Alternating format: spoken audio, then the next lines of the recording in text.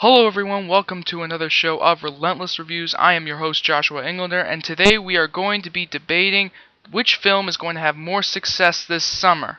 The Avengers from Marvel Comics or The Dark Knight Rises from DC. Let's find out why I think one or the other is going to be more successful. Now, starting off with the Avengers, Marvel has marketed the Avengers very, very well. I remember watching the Super Bowl a couple nights ago, and I mean, the trailer for it was epic. It was very well made, and I'm sure people are going to be extremely hyped to see it.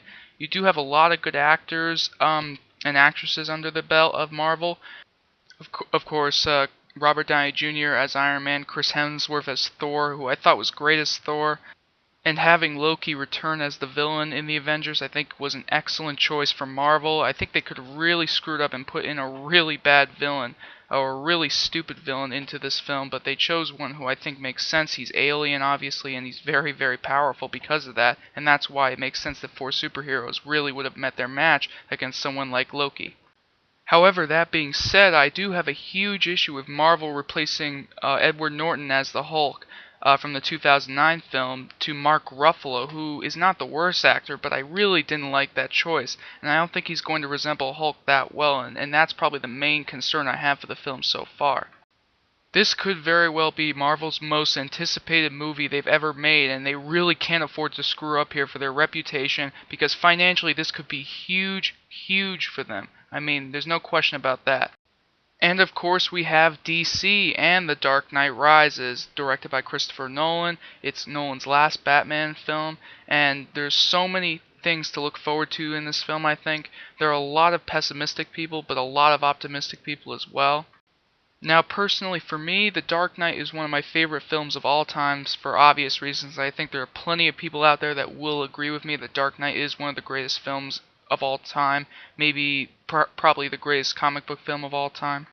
Now, what I'm definitely looking forward to in the new Batman film is the two villains, Anne Hathaway as Catwoman and Tom Hardy as Bane. They are by far the most interesting characters to watch in the next coming months.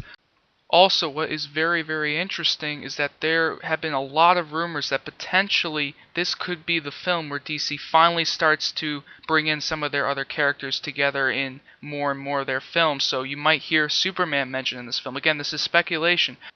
What I'm also very, very interested in seeing is whether Liam Neeson is going to make an appearance once again in the Batman franchise. Again, playing Ra's al Ghul in Batman Begins, he's probably dead, of course, but I would not be surprised if he is mentioned in some new flashback scenes created just for this film, and certainly there have been a lot of rumors about that as well.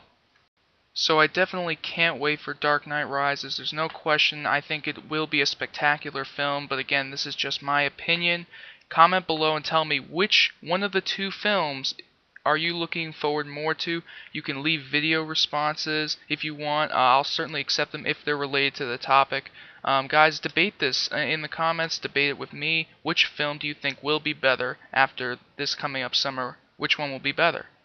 So that's another show of Relentless Reviews. I am your host, Joshua Englander. As always, remember to subscribe, and we will see you next time, everybody. Thank you for watching.